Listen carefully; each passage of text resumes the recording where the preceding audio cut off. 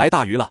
夜色如墨，深沉而厚重，机械虎那双湛蓝的眸子却犹如两盏明灯，在黑暗的夜幕下闪烁，异常耀眼。他似乎并没有丝毫想要隐藏自己的意思，反而故意现身，似乎在挑衅，在炫耀，想要看到张维与林千影两人那惊恐失措的表情。然而机械虎却并不知道张维的身份，若是他知道张维便是白天在动物园中让他恐惧到逃离的那个存在，恐怕此刻的他早就夹着尾巴仓皇而逃了。不过现在机械虎已经出现了，既然他都出现在了张维面前，张维又怎么会让他跑掉？只是还没等张维有什么行动，林千影手中的冷冻枪已然喷射出冰冷的火焰，冰蓝色的冷冻弹划破空气，留下一串串绚丽的冰花轨迹。以林千影的枪法，要命中机械虎这么大的目标，简直不要太容易。只是冰冻弹的威力有些捉襟见肘，机械虎身上形成的冰花几乎是在转瞬之间就完全消失了。我的攻击伤不到他。林千影见状，立刻后退了2步。没办法，林千影的战力太弱了一些，就算有冷冻枪的加持，也不过才50点而已。这还是林千影的等级提升到了8级，否则就仅有34点战力。你行吗？如果不行的话，咱们就跑吧。林千影还没有真正了解到张维有多强大，在他看来，张维虽然肯定比自己强，但应该不会强太多。自己的冰冻弹无法伤害到机械虎，张维的浮游炮恐怕也跟自己一样。至于张维的近战水平，或者是张维用双眼释放的那种技能，林千影并不看好。机械虎不是飞在空中的机械鸟，双方战力根本不在一个档次。交给我吧。面对林千影的担忧，张维只是淡淡的回应。张维听出来了林千影心中的怀疑，不过张维没有解释什么，因为用不着解释，很快林千影就会亲眼看到自己的强大。下一刻，呼啸声出现，强大的音波导致周边建筑上还没有碎裂的玻璃在同一时间全部破碎。在这刺耳的破碎声中，一只庞大的机械虎凶猛地冲出，他目光凶狠，直扑林千影而去。对于林千影这个敢主动对他出手的家伙，必须完全撕碎才能消除机械虎心中的怒火。然而就在机械虎即将扑到林千影的瞬间，一道身影突然挡在了他的面前。浮游炮在第一时间开火，不同于林千影的冰冻弹，浮游炮击射出的冷冻弹不仅冷冻威力更强，子弹所带冲击力更是将飞扑而来的机械虎打落在地。林千影看着机械虎被完全冰冻的一条腿，他陷入了深深的自我怀疑之中。我还不如他肩膀上扛着的那个浮游炮。这种感觉让林千影很不舒服，比不过人家的机甲也就算了，要是连个浮游炮都比不上的话，那自己算什么？不等林千影多想，张维已经手持战镰出现在了机械虎的面前。机械虎眼看张维挥动战镰斩向自己的脑壳，这一刻他顾不上琢磨张维为什么会这么强，只见机械虎后肢用力，瞬间将自己的身体支撑至直立状态，而后他没有被冰冻的虎爪上覆盖上了一层火焰。虎爪与战镰的交锋，瞬间迸发出耀眼的火星，仿佛星辰坠落，点亮了黑暗的街区。两者的力量在短暂的僵持后终于爆发，伴随着一声震耳欲聋的轰隆声，整个街区仿佛都在颤抖。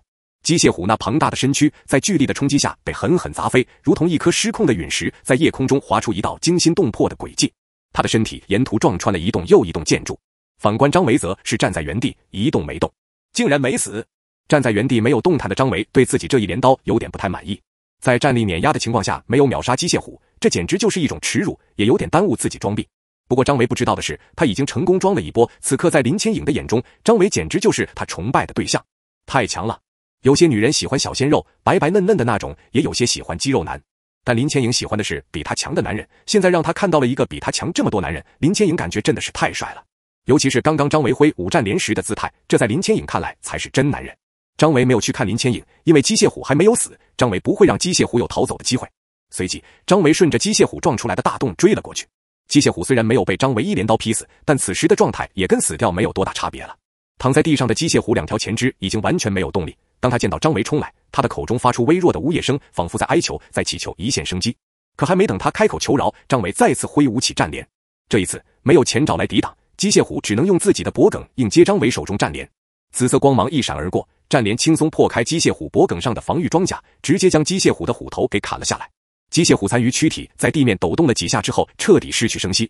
一颗高级元晶缓缓漂浮升空，收集。这时林千影也从张维身后追了上来。杀掉了吗？你好厉害啊！林千影用崇拜的眼神看着张维，只不过机甲双目都是湛蓝色，张维注定看不到林千影的眼神。还行吧？张维有些谦虚的开口。得到什么好东西了？林千影不是贪图张维的战利品，他只是很好奇这么强大的机械虎能爆出什么好东西来。还不知道，我看看。张维拿出高级元晶，随后元晶被张维开启。丁，获得卓越级热能巨剑。热能巨剑卓越，战力加100，拥有极高热量，有助于切割敌人装甲。好东西！林千影惊呼了一声，哪怕林千影没有见识过多少件装备，也知道这巨剑是好东西。呵呵，还行吧。张维再次装了个逼。对这巨剑，张维也是喜欢得很，别的不说，单是战力加成就比他手中的战镰高了不少。下一刻，张维将战镰收入货仓之内，换上了热能巨剑。热能巨剑是双手巨剑，长度8米，剑刃宽度接近1米，重量是战镰的1倍，不过随之带来的是更强大的威力。真羡慕你们近战的，武器都好威武。林千影有些酸溜溜的开口，以后你也会得到很好的武器。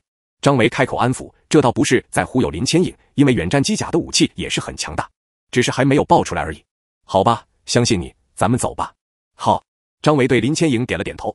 激战继续，张维出手次数屈指可数，多数时候都是林千影在各处奔波，救了多少人，得到多少声感谢，张维没有挨个计算。不过除了感谢声之外，张维这一夜的收获比林千影的收获要大得多。因为不到危机时刻，张维不会出手，每次出手都是因为林千影陷入重重包围，所以每一次张维出手都能解决成群的机械生物。不过张维解决的多数都是机械老鼠，收获的也大多都是普通元晶。机械鸟提供的终极元晶不多，因为它们见势不妙，跑得飞快，真正的飞。高级元晶则是只有机械虎贡献的那唯一一颗。天色放亮，一夜的混乱接近尾声。当天色完全亮起，林千影接到了他同伴的电话，他的上级对他们下达了新的命令。随即张维与林千影顾不上清点收获，就返回了张涛家。只是让张维感觉到诧异的是，返回至张涛家后，驾驶直升机离去的只有那4个男人，林千影竟然留下来了。你怎么没有跟着他们走？张维看着从直升机上跳下来去而复返的林千影，忍不住开口问道。林千影的脸上绽放出一抹如春日暖阳般的笑容，她轻盈地走进张维，轻轻敲了敲他脚上坚固的防御装甲，声音中带着几分俏皮。当然是因为你呀。他顿了顿，似乎怕张维误会，又急忙补充道，不过你可别想歪了，是你的实力太厉害了，我留下是为了拉拢你的。张维闻言，心中更加欣赏林千影，这种真实不做作让张维感觉到很舒服。你这么厉害，我们又没有足够的立场命令你做什么，只能我留下来潜移默化地改变你了。林千影的性格很大方，但心思也是很细腻的。通过与张维接触的一个晚上，他已经看出来张维是那种典型的无利不起早之人，也就是说没有好处的事情他是不会去做的。林千影不会因为张维的处事方式而对张维产生反感，但他内心深处却有一股冲动，想要尝试去矫正他的这种心态。他想让张维明白，在这个世界上，有些时候主动去帮助他人，去伸出援手，也能带来难以言表的快乐与满足感。当然，如果张维能够加入军方阵营，听从统一指挥，那就更好了。好吧，你高兴就行。张维耸了耸肩。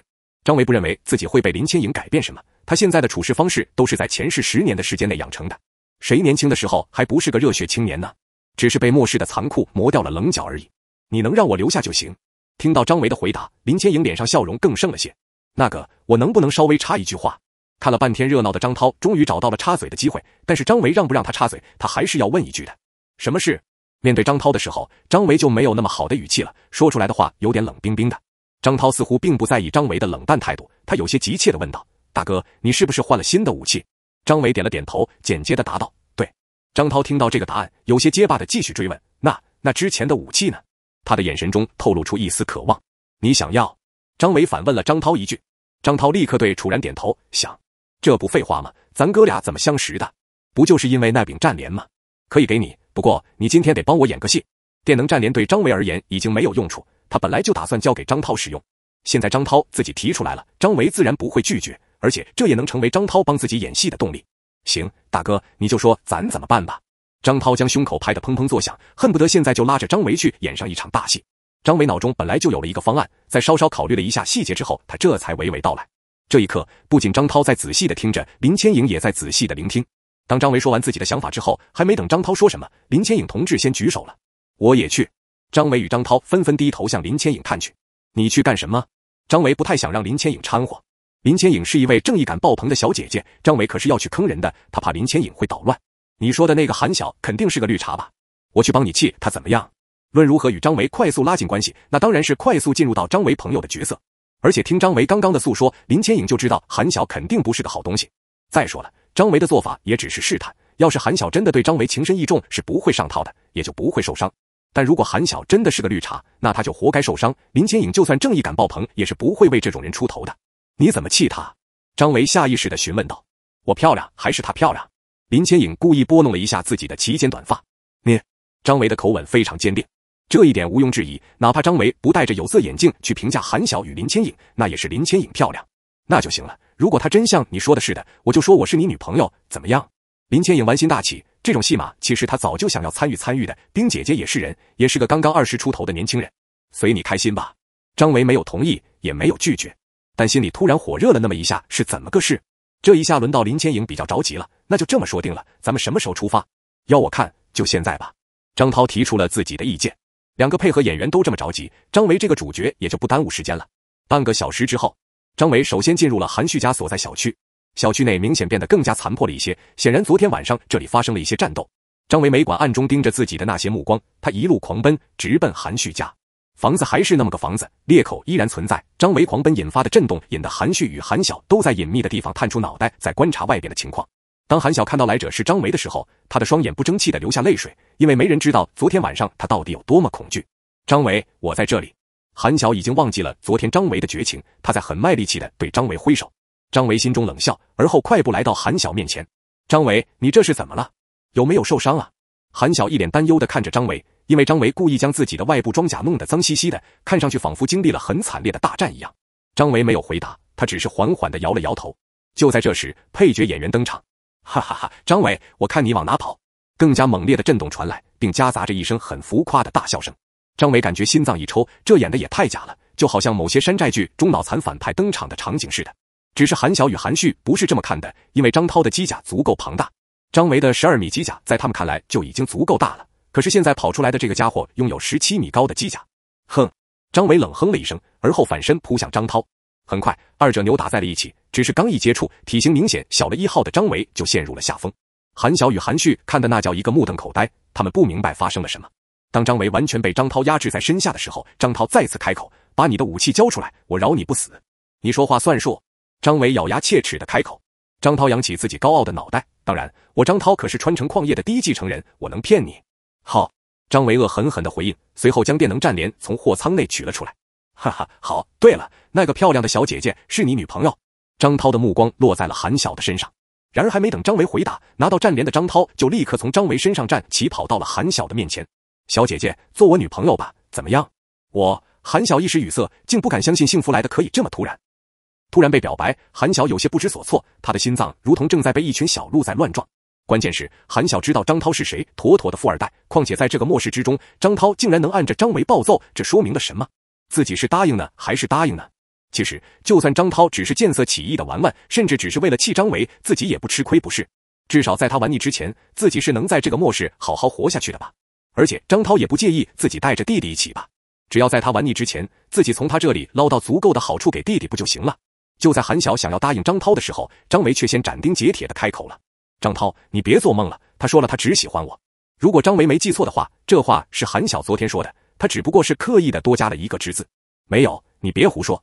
张涛还没说什么，韩晓立刻激动地指着张维大吼了一声，喊得都有点破音了。这算什么？破坏老娘的良缘！张维缓慢从地上爬了起来。韩晓，你昨天不是？我昨天什么都没说。韩晓没等张维把话说完，就立刻打断。继续说下去，让张涛这个钻石王老五误会怎么办？随即，韩晓神色有些紧张地看向张涛。没有关系，就算他说了又能怎么样？我还是喜欢他。张涛笑意满满地表达了自己的态度，这态度真就挺大度。韩晓很感动，对张涛表达出来的态度心中甚是欣喜。不过他还是解释道：“我真的没有说过，他只是我弟弟的一个普通朋友，我们只是认识，是他一厢情愿地喜欢我而已，我们之间没有关系的。”哦，我知道了，原来是这个癞蛤蟆想吃天鹅肉，那么小姐姐，你可以做我女朋友吗？张涛心中暗爽，只是为什么就这么直白地骂了张维一句而已，为何会这么爽呢？张维略带深意地看了张涛一眼，谁让你给自己这么加戏的？好呀，我答应你。韩晓做出了小女人姿态，神色有些扭捏。哈哈哈，好。张涛开心地大笑。随即他在等待张维打脸韩晓，张维安排的剧情就是如此。可是还没等张维开口说什么，韩晓再次开口：“对了，我有东西送给你。”说罢，韩晓快步向屋内跑去。张涛有些不解地看着张维，话说大哥设计的剧情也没说有这么一个环节啊。张维不着痕迹地对张涛缓缓摇头。韩旭在一边皱眉沉思，他总感觉事情有点不太对劲，但具体是怎么不对劲的，他又说不上来。很快，韩晓去而复返，他的手中拿着一个圆晶，圆晶释放着瑰丽的红色，很是耀眼。张涛，这个送给你。韩晓将圆晶递给张涛。张涛有点错愕，这东西收不收？张维很意外，没想到韩晓竟然能拿出一颗高级圆晶来。你就收下嘛，我没有机甲，留着也没有用的。韩晓这就带入自己的角色，开始撒娇了。绿茶就是绿茶，这个娇撒的一点违和感都没有，就好像他们两个已经认识了很长时间似的。那好吧，你放心，我以后会好好保护你的。张涛没有拒绝，他将韩晓拿出来的高级圆晶收到了机甲空间内。虽然张涛知道这元晶与自己无缘，但能帮张维暂时保存一下也是可以的。这个元晶可是我昨天冒着很大风险捡到的，肯定对你有用的吧？韩晓略带期待地盯着张涛。张涛很肯定地对韩晓点头，当然了，对了，我看你们这里也没法住人了，要不你跟我回去吧。韩晓先是一笑，而后有点难为情地开口，我能带着我弟弟吗？当然可以。张涛给出了很确切的答案。这个答案让韩晓很是开心，在韩晓看来，无论张维还是张涛都是过客，只有他弟弟才是他今后最安全的依靠。不行，韩晓，你怎么可以这样？韩旭，你一句话都不说吗？张维站了出来，怒视韩晓与韩旭。韩晓这次没有说话，他看向了韩旭。韩旭也知道该自己表态了，所以哪怕他意识到了有些不对劲，也依然开口道，张维，我们只不过就是认识而已，我没做什么对不起你的事，我姐跟你更是没有什么关系，你就别死缠烂打了。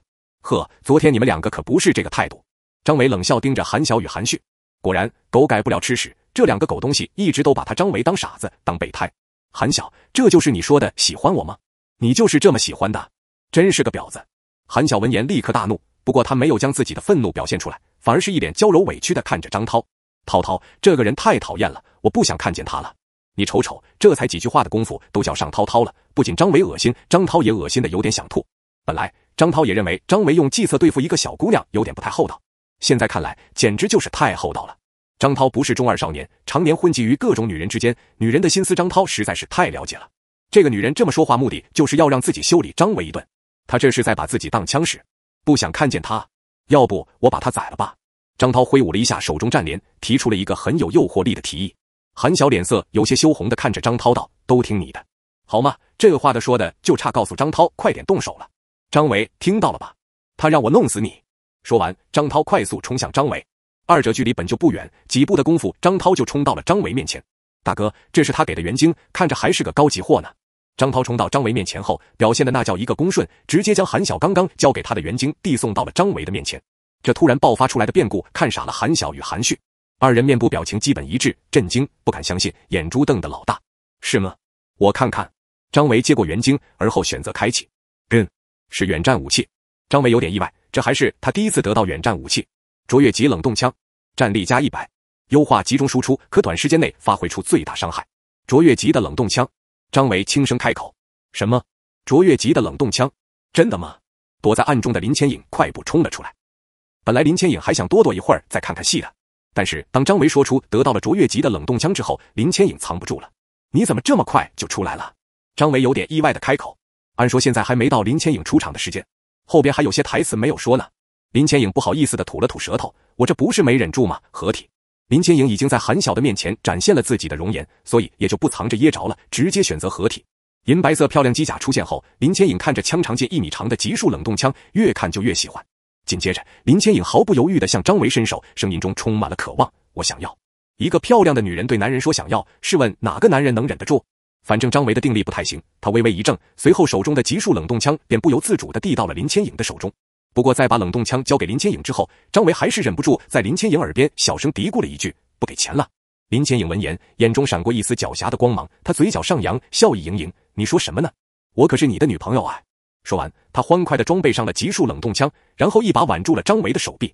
两人的动作亲密无间，尽管二者机甲体型虽然差距有点大，但看上去这个画面非常丝滑，非常和谐，好像原本就应该是这个样子。张涛看着这一幕，心里有点不舒服，他总感觉自己得到的好处好像是最小的，明明他才是最卖力气演戏的那一个。张维被林千影的突然一搂搞得有点懵，之前也没说过要有肢体接触吧？虽然大家都是操控机甲的状态，但神经与机甲完全合体，机甲就是自己的身体，触感还挺敏锐的。好吧，机甲是有点割手，如果要是恢复本体还能这样的话。张维晃了晃脑袋，他觉得自己不能这么快就沦陷。再说了，这只是林千影配合自己演戏而已。你们，韩晓终于如梦初醒，他颤巍巍地抬起手，指尖在空中徘徊，依次指向张维，再转向其他两人。这一刻，韩晓竟被气得说不出话来了。当韩晓好好整理了一下自己的情绪后，他再次开口，张涛，你是川城矿业的少东家，你怎么会认张维这个屌丝当大哥？明明你的机甲比他的机甲强那么多。韩晓已经清楚张维他们三个是在演自己，索性韩晓也不装柔弱了，继续装下去只会让自己显得更加狼狈，更加可笑。但是韩晓想要知道为什么。谁跟你说我的机甲比我大哥的强？张涛反问了一句。就凭自己的机甲更高更大，那是你没见识过我大哥的厉害。可是韩晓脑子有点短路，难道不是机甲越大力量越强吗？可是以往的经验使他很清楚，就是越粗越大的才越持久越有力气啊。短小精悍说着好听，但感觉上可就差得太远了。张伟，你这是什么意思？韩旭接过了韩晓的话，他没有看别人，他只是在皱眉盯着张伟。什么意思？真要把话说的那么明白，把你的机甲核心交出来。张伟语气冰冷，更多的话他不想说。韩旭像是被踩了尾巴的猫，立刻往后退了2步，惊呼道：你要我的机甲核心干什么？机甲是他们姐弟在这个末世活下去的基本保障。韩旭不敢想象，如果自己没有了机甲之后，日子会变成什么样。难道天天跟韩小造小孩玩吗？小孩又不能变成机甲，再说韩旭都已经玩腻了。张维没有开口解释，他只是看了张涛一眼。张涛见张维看向自己，立刻心领神会地提着战镰走向韩旭。17米高机甲的阴影逐渐将韩旭笼罩，这一刻机甲所带来的压迫感几乎让韩旭窒息。好，我教，以后死总好过现在就死。韩旭还是能认清现实的。张维心中一片冰冷，他认为自己做的已经够仁慈了。前世韩晓拿走了张维的机甲核心，韩旭将刀子送进了自己的肚子，现在张维只是拿走韩旭的机甲核心，并没有对这2个人动刀子，这不是仁至义尽是什么？韩旭很痛快地将机甲核心交给了张涛。张涛拿到机甲核心之后，立刻就知道了这里边的机甲是什么样的。张涛很诧异地看着张维，大哥，这破烂东西咱们要了干什么？扔地上踩碎。张维随口回了一句。没想到张涛还真就当真了，他将刚刚拿到的机甲核心扔在了地上，然后一脚毫不犹豫地踩了上去。对于张涛而言，这确实就是破烂机甲，他家里10米高的中型机甲都有很多，15米的重型机甲虽然被张维毁掉了不少，但也还是有一批的。你，韩旭的心都在滴血，自己视若宝贝的机甲竟然就这样被这样毁掉了。你们俩好自为之，咱们之间的事算是两清了。张维松了一口气，不杀韩晓与韩旭，这也是张维早就想好的，与其让他们安详的去死，不如让他们好好体会体会这个残酷的末世。现在才是末世的第2天，还有很多好玩的东西他们都没有体验过呢。不让他们好好体验一下这个末世，又怎么能对得起上一世这2个人对张维造成的伤害？大哥，这就完了，要不还是杀了吧。斩草除根，张涛是认真的。你懂个屁，走了。张维对了张涛一句，而后转身。林千影一直挽着张维的手臂没有松开，就在张维引领他转身的刹那，他手中的冷冻枪仿佛被赋予了生命，枪口处悄然汇聚起一团深邃的蓝色光芒。那光芒在寂静中逐渐变得明亮，大约2秒钟过后，一颗巨大的冷冻弹从枪口呼啸而出，其体积庞大，竟是寻常冷冻弹的3倍有余。冷冻弹命中了韩旭家楼下，整个2层被冲击得支离破碎，没有倒塌的墙体上迅速结冰，这让气温都在瞬间下降了3-4度。然而空气之中的寒冷气息根本抵不过韩晓与韩旭心中的冰冷。楼上被张维劈出了一条裂缝，楼下被冰封，关键是整个楼体已经摇摇欲坠，眼看就要倒塌的样子。伤害我的男人，这是给你的惩罚。林千影冰冷的话语传递到了韩旭与韩晓的耳中。张维在心中不断纳闷，话说咱爷们也没加钱啊，怎么林千影也开始给他自己加戏了？这时韩晓突然尖叫大喊，张维，你回来，我还有话对你说。张维听到韩晓的尖叫，并没有回头，如同置若罔闻。韩晓见张维没有停下的意思，他眼中闪着泪花，向楼下飞奔，他不能让张维就这样走了。通过刚刚的事情，韩晓已经想明白了一些事情。当韩晓冲到楼下的时候，张维还并没有走远。张维，你是不是因为他才这样对我？是不是因为他？韩晓一边跑一边指着林千影大叫。这一次张维依然没有停下，可是林千影拉住了张维，被林千影拉扯着，张维只能无奈转身。很快韩晓气喘吁吁地跑到了张维他们3个附近，他的脸上写满了焦急与愤怒。你说是不是他？你想干什么？张维的语气冰冷，仿佛真的是个没有任何感情的机器。一定是他在你面前说了什么，对不对？一定是他在挑拨我们之间的关系，对不对？你原来是很喜欢我的，我都说了，我也喜欢你，但只过了1个晚上你就变了，是他做的，对不对？韩晓怒视林千影，仿佛要将林千影生吞活剥。在韩晓看来，张维的一切改变都是因为林千影。呵呵，你刚刚可不是这么说的。张维还没开口，林千影倒是冰冷地嘲笑了一声。刚刚发生的事情，林千影亲眼所见，亲耳所听。你别说话，你这个绿茶，如果不是你的调拨，张维怎么会这样对我？韩晓对待林千影那是真真正正的仇恨。张涛为什么会那么听张维的话？张涛是什么人物？这个林千影这么漂亮，又为什么会在1个晚上的时间就成为了张维的女朋友？这一切只能说明一件事，张维很强，非常强，强大到让韩晓都无法想象的地步。也正是因为这样，林千影在知道张维喜欢自己之后，才会挑拨离间，才会上演今天这个戏码，目的就是要考验自己。可惜的是，他没有经得起考验，但是韩晓不会在自己的身上找原因，他把这一切都怪在了林千影的头上。你这个女人很搞笑啊！林千影有了点要爆发的趋势，你说是不是你？韩晓眼中怒火几乎就要喷出眼眶。是我，你想怎么样？林千影承认了，其实不承认也没用，因为在韩晓的心里已经认定了事情的经过。怎么样？我不会让你得逞的，我承认我是有不对的地方，但你就是好东西吗？才认识1天就跟了张维，你是什么？你的机甲都是张维送你的吧？韩晓真正愤怒的点正是这一点。韩晓与张维好歹也算早就认识，张维还心目自己，如果不是有这个林千影横插一脚的话，那现在这个漂亮的机甲就是自己的。在韩晓看来，林千影不仅用手段抢走了张维，更抢走了属于自己的机甲。你真的好有心机啊，心机婊！韩晓越想越气，说话也就越发的不客气起来。林千影着实是被韩晓给气到了，他又紧了紧手臂，将张维搂得更紧了些。想他林千影一个充满正义阳光的漂亮小姐姐，走到哪不被人夸？这还是第一次有人说她是绿茶，是心机婊。说啊，你怎么不说话了？韩晓大声质问。林千影的不回应让他有了一种他已经占据上风的错觉。林千影突然抬头看向张维，我想做一点事情，想做什么就去做呗。张维无所谓的开口，他已经猜到林千影想做什么，只是韩晓这个女人在张维心里已经是彻彻底底的陌路人，林千影要对她做什么，张维管不着。好，林千影答应了一声，随后他竟然与机甲解体了。在张维与张涛诧异的目光下，收起机甲的林千影走向韩晓。韩晓刚刚的嚣张气焰竟然瞬间就被林千影释放出来的无形气息压制了下去。你的嘴很脏，北智。林千影走到韩晓面前，毫不客气的一巴掌扇在了韩晓的脸上。韩晓一脸的懵，他没想过林千影竟然还敢主动来打他，明明理亏的是林千影吧？你的心更脏。林千影再次挥掌，两边脸蛋立刻就平衡了。臭婊子，我跟你拼了！挨了2巴掌的韩晓这才反应了过来，他张牙舞爪地扑向林千影，可是他不知道他自己面对的人是谁，人家是个冰姐姐，寻常大汉3两个都近不了身的那种。韩晓这么一个只会撒泼抓头发的女人，怎么会是林千影的对手？当韩晓扑向林千影的时候，林千影只是与他稍稍错身，韩晓就以狗吃屎的姿态自己趴在了地上，并且他的俏脸还与地面来了个亲密接触。啊！刺耳的尖叫声从韩晓的口中发出。当他抬头的时候，脸上血淋淋的。张维，你就看着我被他欺负吗？韩晓泪眼婆娑地仰视张维，你想死，我不拦着你。张维语气依旧冷淡如冰，心中没有任何波动。与自己前世的遭遇相比，韩晓这点小伤小痛算什么？还远远不够。张涛看了张维一眼，默默记下了张维的态度。在张涛看来，这个韩晓肯定是伤自己大哥很深，否则以大哥的实力，犯得上故意跑来针对这个女人。以后得让人专门照顾一下这2个人。张涛暗暗地在心里做出了决定。你真不管我？韩晓的声音有些凄厉，就好似一个被男人无情抛弃的女人。张维心中很不爽，这一幕竟然让他有了一种似曾相识的感觉。就算你不管我，你真不管韩旭吗？他可是你最好的朋友，他的机甲已经被你毁掉了，你再给他一架机甲吧。听完韩晓的话，张维终于知道自己为什么会有种似曾相识的感觉了。哈哈哈哈哈！张维忍不住开口大笑。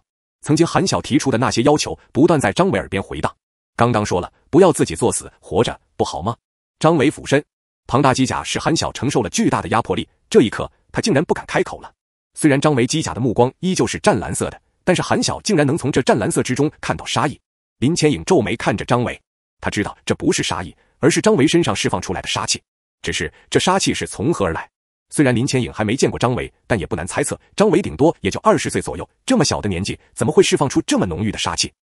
张维，我错了，我姐也错了，你别动手。韩旭跑了出来，脚步踉跄，他的声音有些颤抖，带着满满的哀求。看着急吼吼的韩旭，张维心中冷笑，果然是姐弟情深啊。算了，就让你们继续活着吧，咱们走吧。张维看向了林千影，林千影对张维微微点头，而后再次与机甲合体。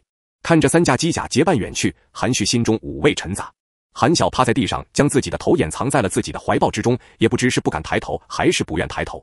直到3架机甲身影消失，韩旭指责的声音传入韩晓耳中，都怪你，如果你能坚定地说喜欢张维，还会发生这样的事吗？韩晓不可思议地猛然抬头，怪我？你还怪我？要不是你没有能力，我至于吗？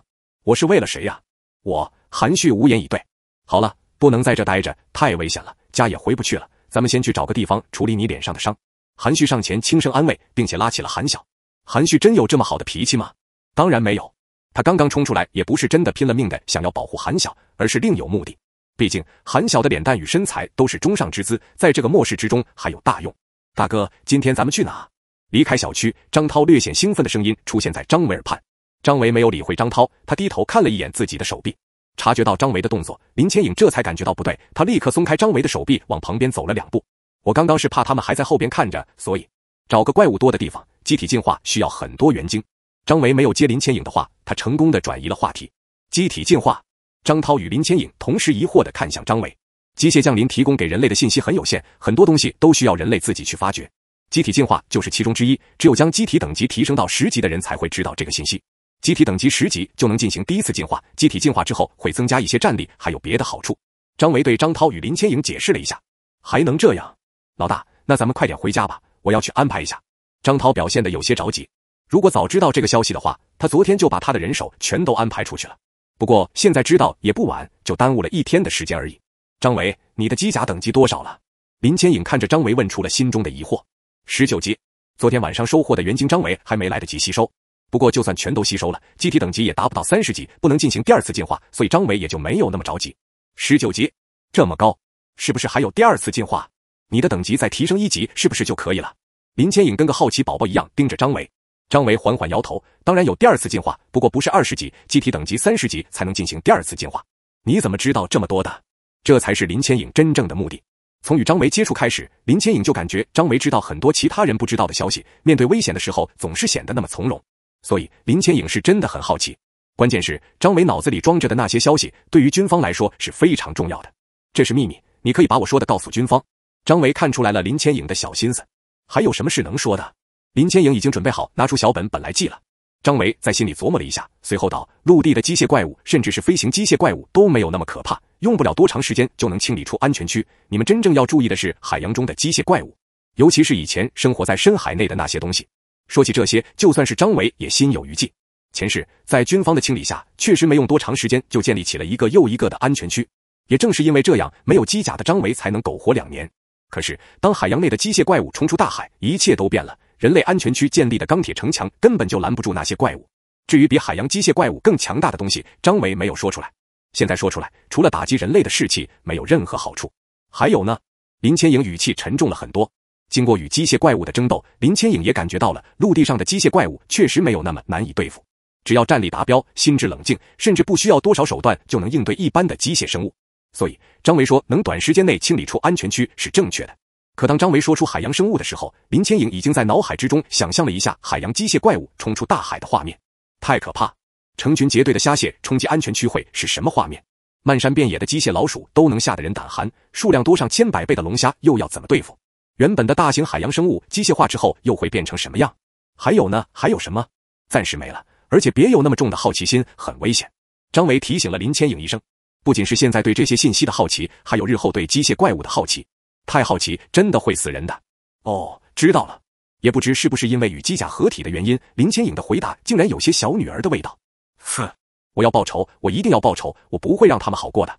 一栋民宅内，韩晓大声尖叫。正在为韩晓处理脸上伤口的韩旭皱眉没有说话。韩晓的脸与地面亲密摩擦，已经破相，右边脸颊大面积擦伤，短时间内是好不了的，就算伤口恢复，恐怕也会留下难看的疤痕。这对一个女人而言是多大的事？只是报仇就只用嘴说说吗？韩旭很清楚，别说报仇了，他们现在连怎么生存都是个问题。韩旭，你帮不帮我？韩晓自己尖叫了半天，没等到韩旭的回应，他恶狠狠地盯着韩旭，等待韩旭的回答。帮？你是我姐，我能不帮你？但是我们要好好想想应该怎么做。怎么做？我们杀不了他们，那就找别人杀他们。找别人？找谁？韩旭不解地看着韩晓。韩晓突然拿起手机开始摆弄，目前手机还有网络。找他。韩晓将手机屏幕对准了韩旭。韩旭看到手机屏幕上的画面，瞳孔不由放大了一些。这是蛇。韩晓闻言对韩旭点了点头。对，这是一个宠物店老板发的信息，这条机械蛇是他的宠物，只要我们去投靠他，他就能帮我报仇。韩晓恶狠狠地开口，满脸怨毒。这条信息是他翻看了一个晚上手机找到的优质信息，如果自己能跟了张维这个年轻优质男，那韩晓自然不会去伺候一个老男人。但现在韩晓知道自己没得选。